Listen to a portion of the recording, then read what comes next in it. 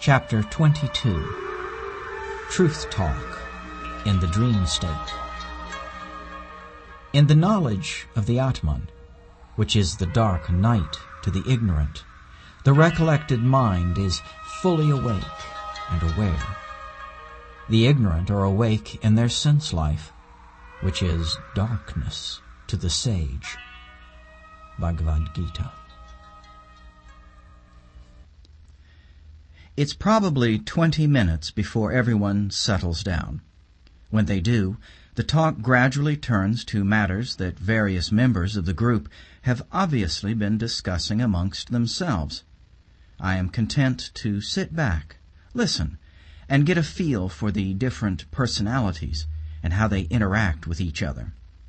Occasionally I am called upon to hand down a ruling, but I keep it brief and generally bounce it back in the form of a question. It's all very light and easy. At one point, one of them, a pretty sincere guy named Brendan, asks me what the meaning of life is, but he tosses out the question in a casual way, suggesting that he considers it unanswerable, so I let it go. "Jed," says one of the guys, Randy, "when you say that there is nothing to know in order to be enlightened—" "Yes?" "I just can't reconcile that with any of the world's great teachings and religions. I mean, what about yoga and Vedanta and Buddhism? What about Greek and German philosophers? What about Christianity and Islam and Judaism? How can there be nothing to know?" Obviously, this is something he's really struggling with. It's incomprehensible. It's just too much. I can't get a handle on it. There's a murmur of agreement. The question seems to resonate with all of them. "I know what you mean," I reply. "The only thing to get a handle on is negation, the tearing down process. I know you want to learn something, to embrace something, to understand. Humans are comprised of emotion and intellect, so it's only natural to want to follow one or both of these aspects of ourselves inward to the truth. But you can't. You could spend 1,000 years with your nose in books or at the feet of masters and still be no closer to waking up from delusion.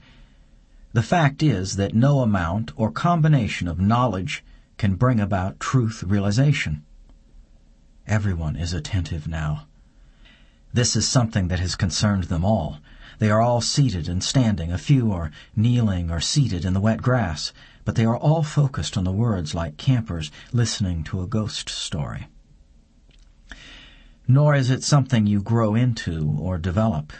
It's not an emotion or a state of consciousness. This can be a little trickier to understand until you realize that emotion and consciousness are the same thing. Or, more accurately, that emotions are states of consciousness.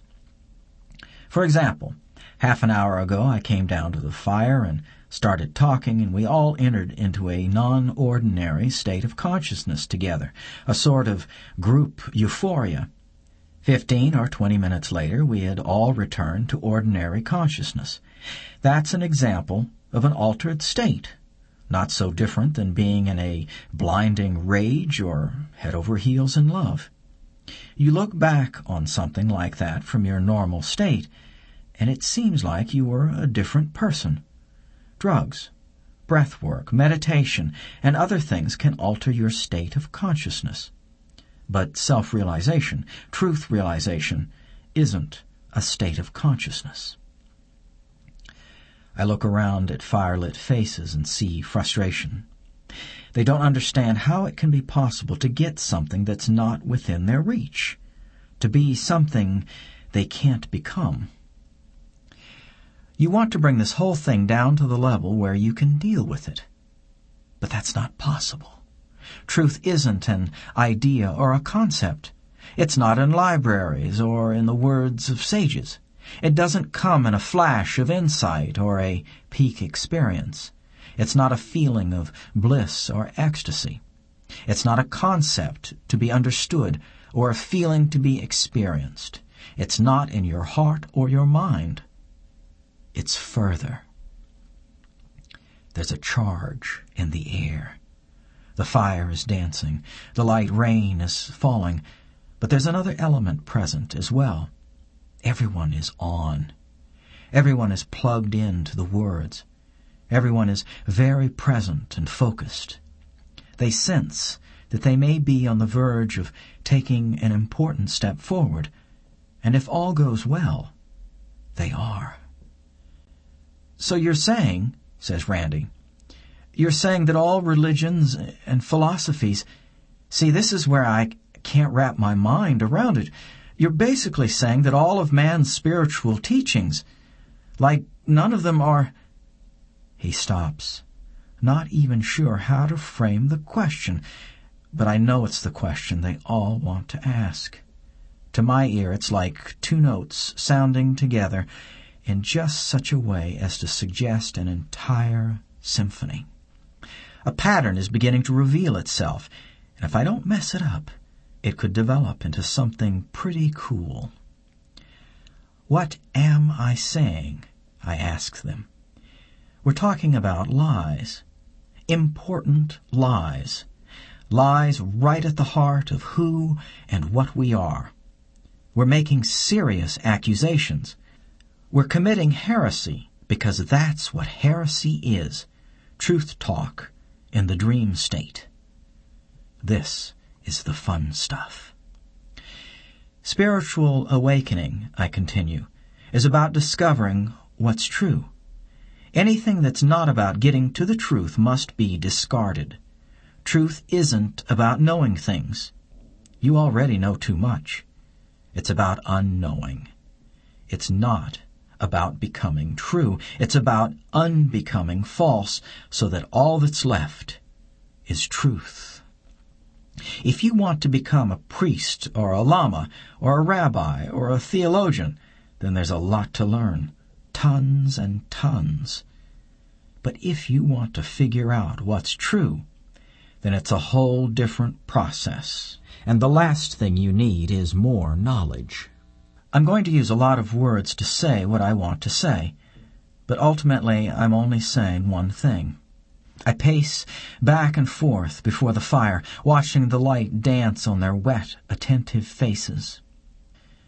The shortest and simplest way to address Randy's question is to say that all belief systems are just the stories we create in order to deal with the void. Ego abhors a vacuum, so everybody's scrambling to create the illusion of something where there's nothing. Belief systems are simply the devices we use to explain away the unthinkable horror of no self. This is unfolding nicely. I sometimes have a hard time gauging response to my words, because what's completely obvious to me might be completely unbelievable to someone listening. For some of those listening, I suppose, a blanket denouncement of all of man's religions and philosophies is humongous, and for some, it's old hat. For the purposes of tonight's lesson, it's just a stepping stone. Beliefs are candles that man uses to ward off the surrounding darkness. They are the charms we use to hold infinity at bay, to dispel the black cloud that hovers over every head. I don't want to move on without nailing this down. They don't have to believe me or agree with me, but I want them all to keep up. What I'm going to say tonight isn't really for them to understand tonight, but to take with them, and they won't be able to do that if they drop out at this point. What's going on here? I ask. What's the deal? Who am I? What am I? What lies beyond? What's the point? Those are big questions, and all the religions and spiritual traditions represent our attempts to answer them. Obviously, we can't answer correctly, but that's okay because we don't have to. We just have to answer adequately. We don't have to make the black cloud disappear. We just have to make it seem dark gray instead of black. Our explanations can be 99% unsatisfying, And that's good enough, because we don't need the black cloud gone. We just need it taken down a notch. I stop speaking and let the words hang. No one moves. No one speaks. I know they're silently re-evaluating their own beliefs from this perspective, but now's not the time. I proceed. Ever been depressed? I ask them. Really depressed? Like nothing means anything? Like there's no point to anything? I can see from their reactions that they all know what I'm talking about. And what's the worst thing about those dark moments? Where do they get their power? I wait a moment so they can think about it, so they'll recognize it when I say it. From their undeniability, isn't that right? From the fact that there's no argument. When you're in that state, don't you know perfectly well that it's true? Heads nod, a few muffled assents. That's right. When you're in that space, you know it's not just a mood. You're seeing something you don't normally allow yourself to see. Your moments of blackest despair are really your most honest moments, your most lucid moments. That's when you're seeing without your protective lenses. That's when you pull back the curtain and see things as they are. A long silence. A heavy silence. Now it's personal. They've all experienced those unfiltered moments. They've all known the feeling of utter futility. And most importantly, they remember that at the heart of that black despair is the knowledge that that's what's real. Everything is futile. Picture a hand sweeping away one of those beautiful Tibetan sand mandalas, I say quietly. I find my water bottle and take a drink. This still isn't quite where the whole thing is going, but it's definitely an important stop. I don't want to leave too soon, or stay too long. After a few moments, I break the silence. Anybody know any good ghost stories?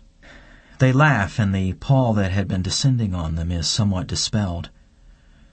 What about atheists? Asked Martin. Don't they have any belief system to shield them? In this context, there is no such thing as an atheist. If anything, we're all agnostics, and the only distinction between any two is one of degree. Everybody believes something, but only as much as they have to, enough to function. The cloud is still there, of course, hanging over every head, mocking every hope and dream. But thanks to our religions and philosophies, it's somehow not totally black, just a very dark gray, and we can go on about our lives. Is it vampires who can't enter until they're invited? I play with that idea for a while just to keep myself amused until the invitation arrives. Randy delivers it. So what you're saying is, it's all like, everything everybody believes. It's all just like lies, like bullshit? This isn't just any question. It's one of the biggies. This is a question that has to be asked and answered in the clearest possible terms, in the manner most likely to penetrate and stick. We've spent several minutes building up to it, preparing the way for it, but if I stopped now and gave a pop quiz, none of them would be quite sure what it was. That's the point. That's the reason that the big questions get the big production. This isn't a song we're singing or a mountain we're climbing. It's a dream we're unweaving. There's absolutely no chance that we're going to unravel a fantastically complex, multi-layered tapestry in a single evening, but the thread we're tugging on tonight can never be retightened. The fabric cannot be mended. The bell cannot be unrung. I let Randy's question hang in the air for a few moments, allowing the entire line of inquiry to establish itself in silence. All eyes are watching me expectantly. What's the wise fool gonna say? They wonder. That's part of the drama. They've heard it played the same way so many times that they have to wonder if I'm going to tap dance around the question with stock answers about respect for other people's beliefs and the validity of all viewpoints and how there's room for all of us. They expect politically correct evasions because that's what they've always heard. But this time, it's different. I'm not answering a question. I'm confirming a suspicion. Yes. I pause for dramatic effect. No belief is true. No belief is true. I just leave it hanging out there for a while, letting it imprint itself on these minds so they'll all be able to revisit it and confirm it for themselves later. This is a very big concept, but it's going to get bigger in a minute. The only movement is the dance of the flames and the falling spring rain. I speak only loudly enough to be heard. All beliefs, all concepts, all thoughts, yes, they're all false, all bullshit. Of course they are. Not just religions and spiritual teachings, but all philosophies, all ideas, all opinions. If you're going for the truth, you're not taking any of them with you. Nothing that says two, not one, survives. That's what I say. It rings true because it is true. It sounds a clear note that will resonate in these people's minds until its vibration has shaken their false belief structures into heaps of rubble. I mean, how can it not? I'm not telling them something I know. I'm showing them something they know. I take a break so everyone can do the math rather than just watch the teacher do it on the blackboard.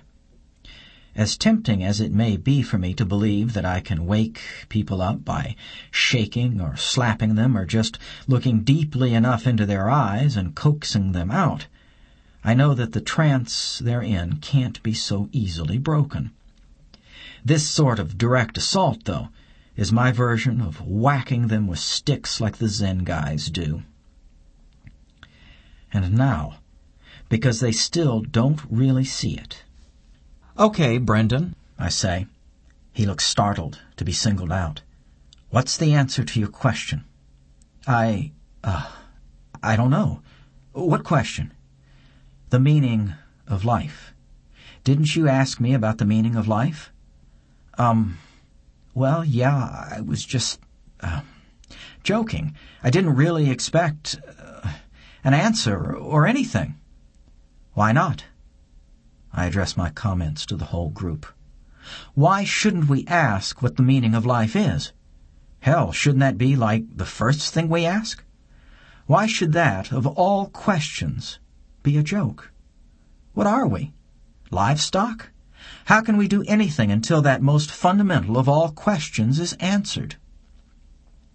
No one is leaping up to answer, least of all Brendan. "So, Brendan, if you'll do the honors, what's the meaning of life?" He looks like a deer caught in the headlights, but he thinks about what's been said here tonight, and he puts it together. "There is none," he says. "None what?" "There is no meaning. There is no meaning of life." Click. That's it. That's where this whole thing has been going. Saying that no belief is true is simply the inversion of this crisp, perfect statement. Life has no meaning. Thank you, Brendan. Very nicely done. And while that perfect statement may be the final destination of this evening's lesson, It's not the final destination of the process of self-realization. It's just the beginning, the starting point of inquiry. Like I told Julie at the boathouse, you have to start this journey by taking stock of what you know for sure. Wishful thinking and fear-based fairy tales don't play here. I'm not a priest, I continue to the silent group. I'm not a holy man or a guru. I have no teaching. I'm not representing any lineage or system. I'm not telling you the black cloud is okay. I'm telling you it's infinitely big and infinitely black. I'm not saying you can live with it. I'm saying that the black cloud is reality, so deal with it. And if it kills you, so the fuck what? I don't know how they're taking it, but for me, this is the best part. This way lies freedom, the only freedom. No one who plans on waking up has the luxury of pretending that the cloud is okay. It's not okay. It's not dark gray. It's reality, your reality. And if you want to get real, that's where you have to go. But, says Randy, no buts. Listen, 1/1,000,000th of 1% false is completely false. Everything in duality is false. False as in not true. Not true as in bullshit. There are no exceptions. Black and white. No shades of gray. Truth is one, is non-dual, is infinite, is one without other. Truth is dissolution, no self, unity. There's nothing to say about it, nothing to feel about it, nothing to know about it. You are true or you're a lie, as in ego-bound, as in dual, as in asleep. Silence. That felt good. The fabric is rent. Whatever stories, at whatever degree of belief these people use to shield themselves from reality, have just been structurally destabilized. The stories may survive for weeks, or months, or years, but their demise is now assured, and the time will come when each of these people gets what they came here for, a direct confrontation with reality. Or not. Never bet against Maya. Truth is infinitely simple. Delusion is infinitely complex. There's no overestimating our ability to avoid making eye contact with the obvious. Maybe some of them will now scramble deeper into their stories. But for those who are here to hear, the leveling note has been sounded.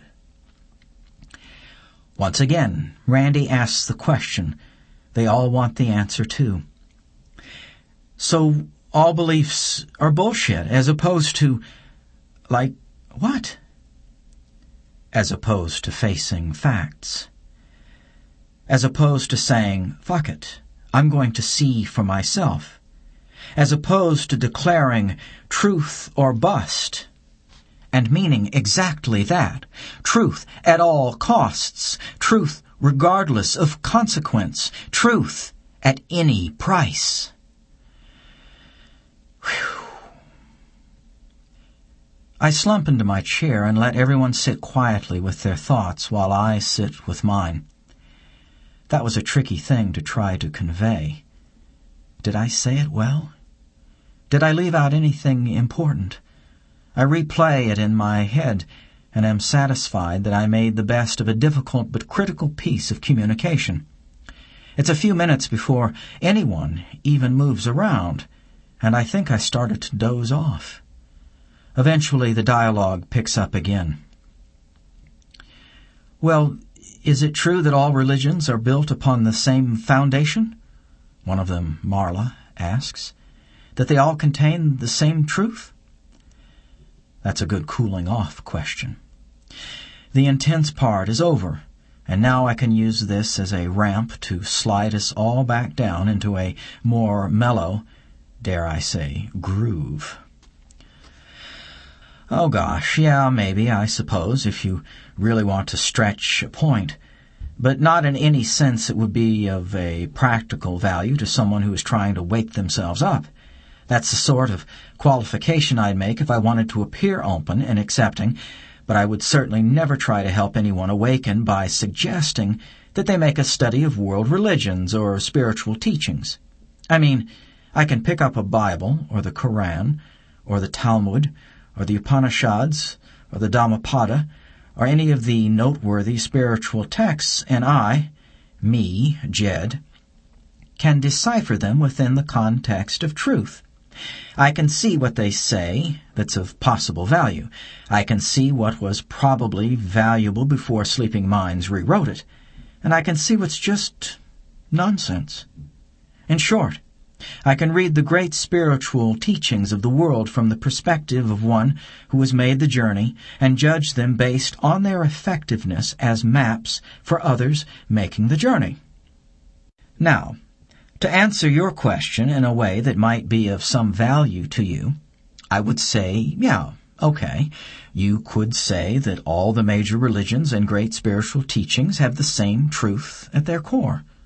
But realistically, that does not make them useful to someone who is seeking enlightenment, because the useful stuff is tangled up with too much useless stuff. They say that 1,000,000 monkeys banging on 1,000,000 typewriters will eventually produce the complete works of Shakespeare. But I don't want to be the guy who has to read through it all. That gets a laugh. The mood is loosening up a bit. Mad, iconoclastic, nihilistic, heretic guy is gone, and funny, mellow wisdom guy is back. You're looking for an exact map, and these great texts are thick bundles of pages covered in scribble. Yes, some of the lines in all that scribble are actually somewhat accurate, as far as they may go, but you're not going to have any way of knowing which ones are right until you've made the journey yourself, by which time, of course, you'll no longer need the map. Even Martin, with his strong ties to Vedic scripture, seems attentive and thoughtful. You've all heard the saying, when the student is ready, the teacher appears. Well, that means a lot more than just the mysterious arrival of gurus in a timely manner. It means that the knowledge you need will appear when you're ready for it. The ability to open the next door is never denied, but the ability to open the door after the next is never granted. In this sense, you'll have many, many teachers. In this sense, a passage from the Bible might be exactly the right thing at exactly the right time, but that doesn't mean the entire Bible is the right thing all the time. Even the books and teachings I like the most I consider 90% useless. I look around at the faces and see a spectrum of comprehension ranging from near empty to near full. That's to be expected. It's all about unlocking the next door, I continue, and having 10,000 keys doesn't mean a thing if none of them opens the door you're standing in front of. Teacher is just a word for the key you need to open the next door. After you're enlightened, you can revisit these great books and the great teachings to your heart's content, and then they'll no longer be mysterious or impenetrable to you, but they'll still be of no use to you, because you'll already be enlightened, so it would really only be a recreational pursuit. Then why do you have all those books in the house? Asks Rita. Good question. Because, I'm tempted to say, a dozen new ones mysteriously appear every day. Most of the books inside are of no value to someone trying to wake up. I can't think of one that I'd hand to a student and say, "Here, this is what you need to know." Worse by far are those that appear the best, like writings on Zen and Advaita. If I were to only allow useful books in the house, There'd probably only be a few dozen. I expect the next question to flow straight from my last statement. But they surprise me. Instead of asking which books I'd hang on to, Mary speaks up. "Then why don't you write one?" she asks. "A book about you and Sonea and the house and all your students." Everyone bursts into applause and hooting to express their approval of the idea. Then, when they settle down, I reply. "It's too far out," I say. "No one would ever believe such a thing could happen in Iowa. Hell, I hardly believe it myself." Everybody laughs.